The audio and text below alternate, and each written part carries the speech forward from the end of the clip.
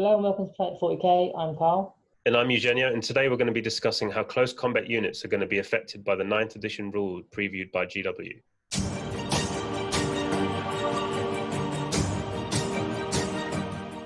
So the first change which is going to affect close combat and combat units is a minimum board size is smaller.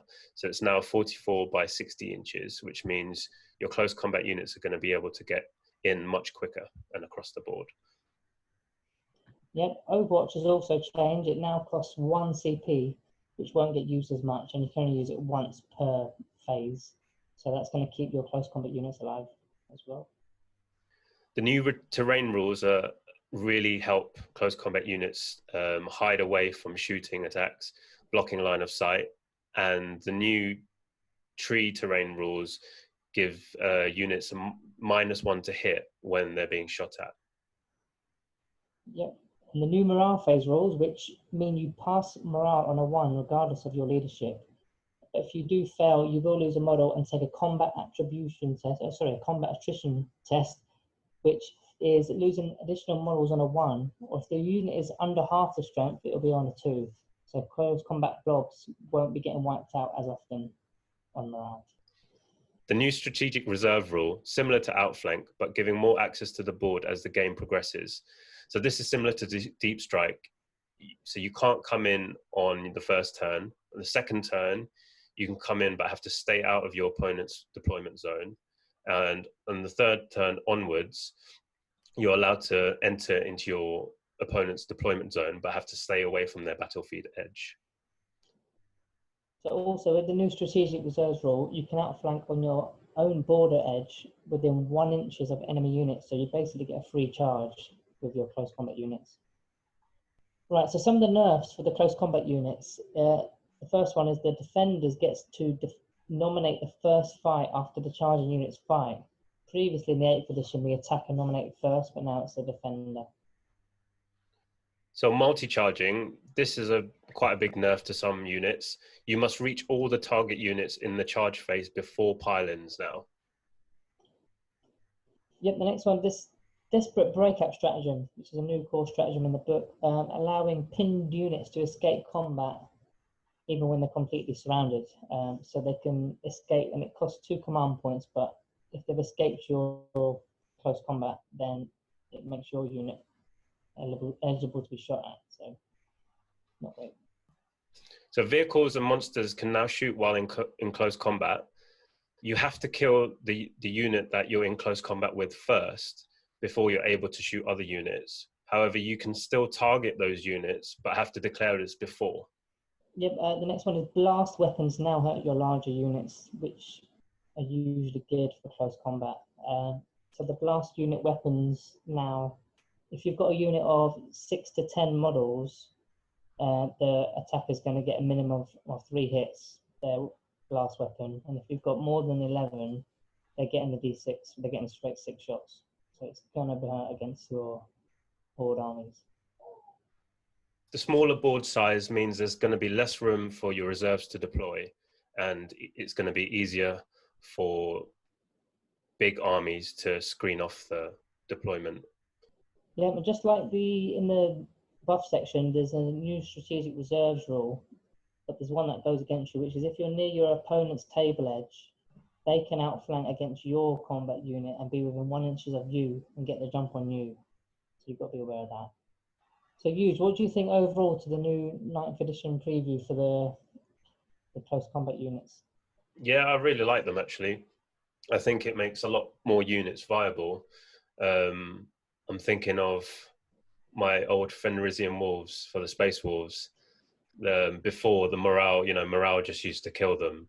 So now they've got a bit more chance, especially with the new strategic reserves. You can kind of bring them in.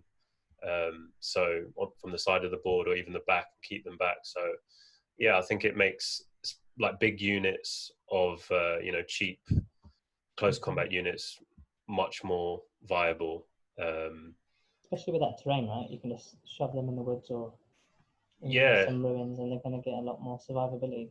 Yeah, I'm thinking of like maybe with my Eldar, with the new Banshees that have come out.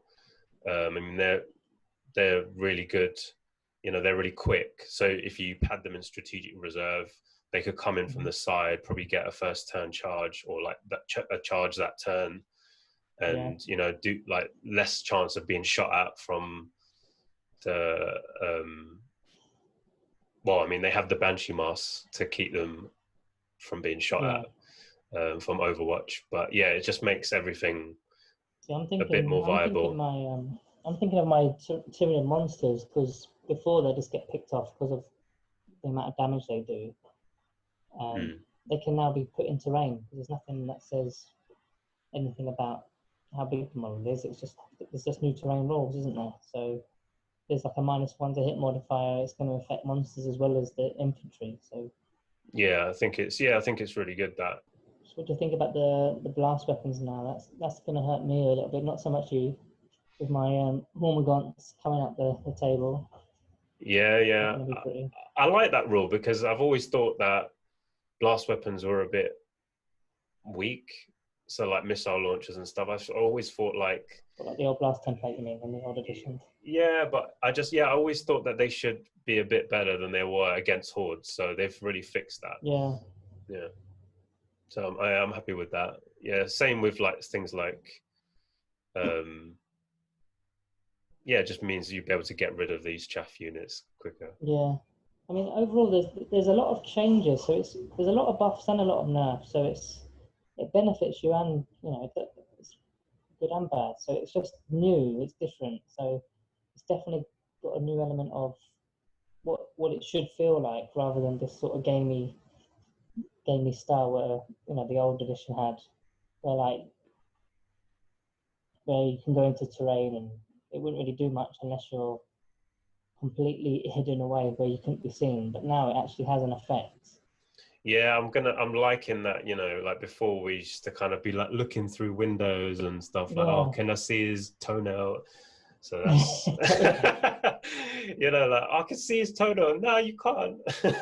So that's going to be gone, hopefully. Going back to my other point, like with the monsters, like a flying hive tyrant, now it's not going to be, oh, I can see your wing, which is like right up in the sky. Now it's a case of, no, the terrain rule says this and I'm there. Yeah. So therefore I get that buff. So it's a lot clearer for everyone. There's no dispute about, I can see, like you say, a toenail or a wing. Yeah. It's a lot clearer. It's a lot better. So for the actual game itself, it's brilliant. Yeah, definitely. I know that they were saying on Mini Wargaming the other day that it helps with people who are into modeling as well. You know, where they were talking about the Custodes bikes, and basically if they've got spears, and if you model them pointing upwards, it's basically really bad. So you had to always point them forwards so that you were hiding. So it just like silly things like that, because the tip of your spear. I didn't think of that. Like clipping my wings of the time. Yeah, but that's what people do, don't they? Like just to get an advantage. But it's just not right, is it? Yeah, now you can. Yeah, so I'm really liking these rules. I think overall, I think it's a buff to combat, mainly because of the rule we are just talking about, because you can hide now, whereas before there was, you know, always you can a chance. hide the board as well.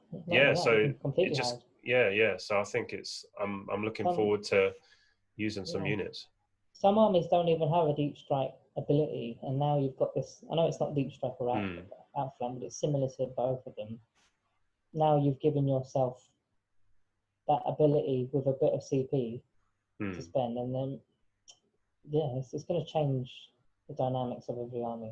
One thing I like that they've done is they've said that it's going to be one command point for units with power level 1 to 9, I think it is. So that means you can get more than one unit for one command point, which is really good. Because I know Eldar haven't got deep strike, but they've got a similar thing called webway strike. But you have to play a command point for that better, isn't it? per unit, or I think it's 3 if you want to get. I can't remember more than one. I think you have to play 3 or something like that. So this means that you've got more options when it comes to. Everybody's going to be checking their power level again, because everyone got so used to playing points. So you're like, what was my power level again for a Broodlord? I can't remember. Yeah, I think they made it just so it's easier to calculate, isn't it? So it's going to be a bit too hard to be. Yeah. So. It's good. It's good. So yeah, if you've spotted anything that we've missed, or you want to add anything, let us know in the comments. If you like the video, please give us a thumbs up. And if you'd like to support us, please subscribe to the channel and look out for more videos.